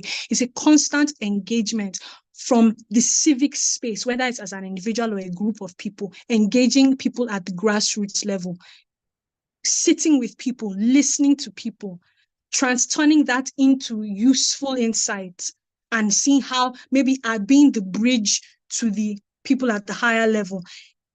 It takes time and it takes a lot of work, but over time, you see small trickles of change. Maybe I'm an optimist, and I think that that's how things can be done, but it has to start somewhere. So that's my own position on that.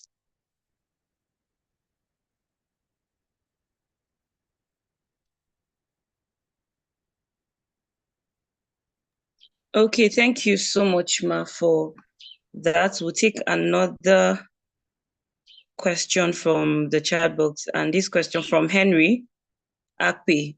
He says, thank you so much, Ma. My question is, when it comes to national importance, how does the legislature address the issues, e.g., economic, healthcare, security, and development generally? Okay, so first, they have to understand the issues. So as a legislator, you have to understand what the issues are in relation to your constituency. One, then if it's a federal legislator, at the national level too. So if you're speaking about healthcare, for example, what are the issues in your community in relation to healthcare? So for example, if you represent a federal constituency in one of your local governments, for example, or in most of your local governments, what is the feedback you're getting? Are people saying, it takes me 30 minutes to get to my nearest primary healthcare center, or even when I get there, there are no facilities, or there are no doctors. Now, as the executive arm of government, your role is to fix that, actually provide those systems. But what the legislature can do is put in, a legislator can move a motion to say, the urgent need, for example, a lot of the headlines, an urgent need to resolve or to improve access to healthcare because people are dying, or whatever, couch that in a striking way, and then the content of that speaks to that. Now that's what motions are for, to bring certain issues to the attention of the Senate and the government as a whole. But from a legislative point of view, in terms of a law, they can pass a law. By using healthcare now, you can pass a law in relation to that issue that ensures that access to basic healthcare is an essential right. Now, that is a right, but how now the implementation of that? So maybe establishing core healthcare facilities in specific areas. So the details of the law will ensure that certain implementation programs or implementation steps are taken. That now empowers the executive arm of government to go about creating policies to ensure that those legislative acts are carried out. If it's in education, or you said agriculture, or if it's in agriculture, same thing. What are the concerns of the people? What are their agricultural needs? Is it, soil issues, or maybe climate change is causing issues in their community and it's affecting the soil, or all their crops are getting swallowed by flooding? Legislative process comes in.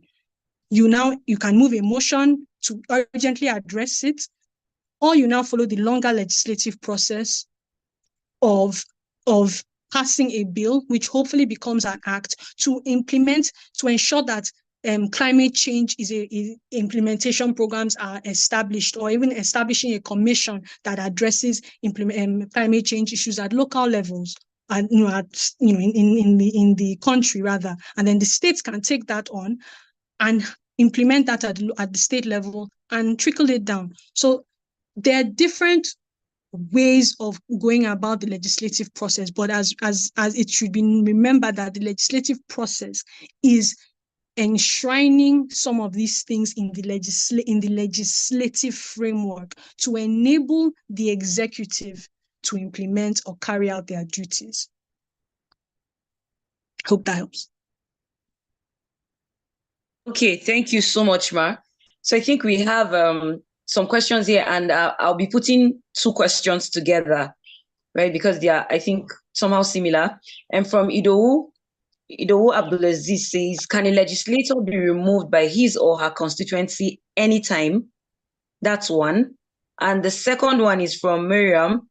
Could you please shed light on the roles, functions, and of the majority, minority leaders, and the chief whip? I don't know if you got that, ma'am. I did, yes. So Okay. what was the first one? If a legislator can be removed by his or her constituency anytime. Oh yes, so they can be moved at any time, but there is a system that has to be followed through to ensure that you don't, it's not a political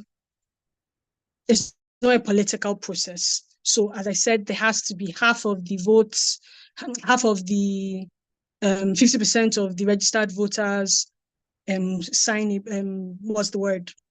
a petition, and then that's submitted to the INEC chairman, and that trickles down into a referendum, then from a referendum to the legislator being recalled. So there's no timeline in terms of, you have to wait 2 years or you have to wait 5 years. I mean, if after 6 months you try to remove a legislator, I mean, that'll be a difficult battle, because the response will most likely be give the person time. But if maybe this is their second term and they failed again, or even in the first term is 3 years down the road, and you're like, what's happening? You remove the person. So yeah, there's no timeline for that.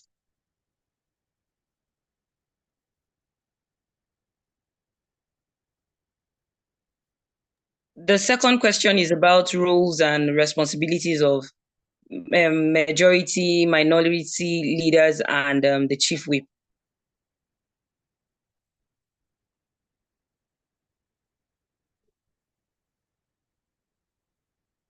Ma'am, are you there? Hello, are you there? Sorry, can you hear me? I think Yes, I was ma'am. muted. So you said majority whip. What are the ones? Majority whip, minority whip, Abi. So majority whip is essentially the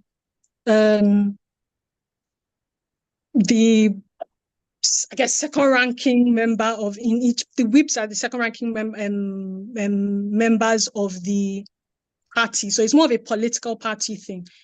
You would have, so the majority will be in relation to the majority party, and the minority will be in relation to the minority. So if you have a legislature and majority of the seats are occupied by, let's say, APC, the majority whip would be APC, would be from that party. And then the minority would be, let's say it's Labour or PDP, the minority will be from that party.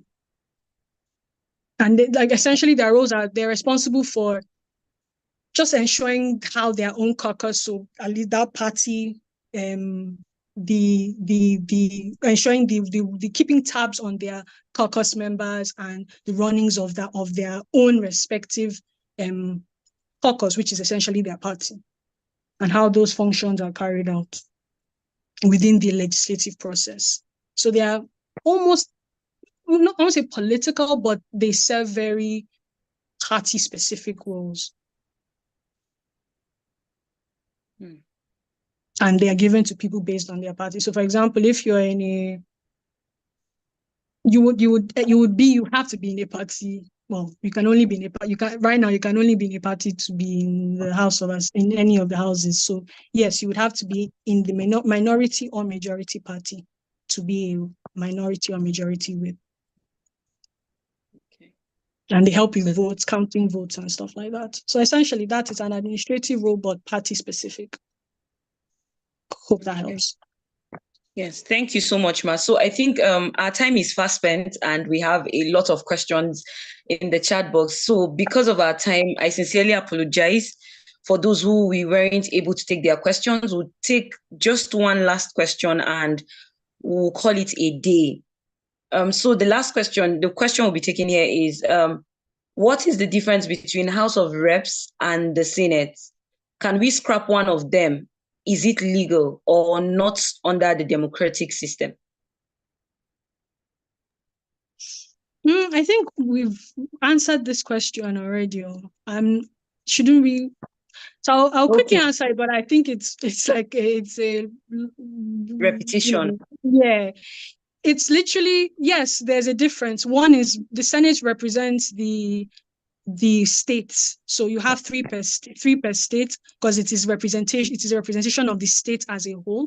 That's what the House is for. While the reps is a representation of the people. So it's a proportionate representation of the population and size of the state. So you can have some states will have 8, some will have 6, some will have more, depending on the size and population of that state.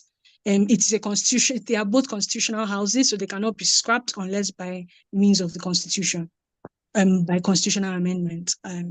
Quickly. I hope that answers it quickly, but we've kind of spoken about it a few times. Yes, and I think the PowerPoint has done justice to that already. And I think everyone has access to the PowerPoints, right? PowerPoints have been dropped before the class. So thank you so much, Ma. I think we'll stop here for today. And I don't know if you have any last words to say before we go. Well, I would just say, and I would say we are the government, we are the they, and it is our responsibility to ensure that we represent ourselves well, meaning we put the right people in office and we understand what that means and let them know it too. So light a match under them. And that only comes by knowing. I think that's it. And enjoy the rest of the cohort and all the classes. There's a lot more to learn and experience. Thank you so much, Ma. Thank you for always coming here. Thank you for always dishing out knowledge. We are so grateful and we're always happy to have you. So to everyone who has made it possible to be in this class today, thank you so much for being present. And as promised yesterday, we're just getting started, right? You have a lot to learn. It's a complete package. You're just getting the tip of the iceberg, right? I think we've just treated 2 arms of government. We have a lot of other topics to take. So to those of you who I wasn't able to read out your questions to be answered, I sincerely apologize. It is not our intention to keep you to this time, right? So I sincerely apologize for that. And please let the conversation not end here. The conversation can continue in the group chat, right? The conversation just got sparked, so we can keep conversing on this topic, right? And just few announcements. Please, let's always endeavor to join classes early, right? And then we are going to be shared into different parties. We're getting to the practical part of this course, right? We're going to be shared into different political parties where we're going to be doing our coursework, and then we'll have different assignments, group assignments and all, right? So, and then this is going to be done this night. As much as possible, once you're being allocated to a group and then the group link is dropped, please immediately join your group, because the moment it drops, right, your timing and then your coursework, your group assignment starts, your grading and everything starts. So as much as possible, join early so you would be able to start work early, right? And I think, is there any other announcement? Am I missing anything? Chalia, Didi? Okay, someone is saying the group chat is still locked. Yes, the group chat is still locked because we are trying to control the conversation and then messages coming into the group, we'll get to a point whereby it's going to be open. So let's keep putting our questions together and then conversations together. It's going to be opened, and then you get to really converse in the group. So thank you so much. I think I'm done with the announcements. Yes. Okay, Didi. Okay, thank you, Peace. I think, yeah, you're actually done. So please, everyone, watch out for the links. They'll be posted very shortly. And make sure you join your groups ASAP, because by tomorrow, next tomorrow, assignments will start dropping, group tasks will start dropping. And like she mentioned, the groups you're assigned to will be open, so you can continue the conversation and interact with each other and all that. So please just watch out for the links as soon as possible. Well done, Peace. Well done for a great job. Good night, Thank you. everyone. Good night. Please, let's all have a restful night.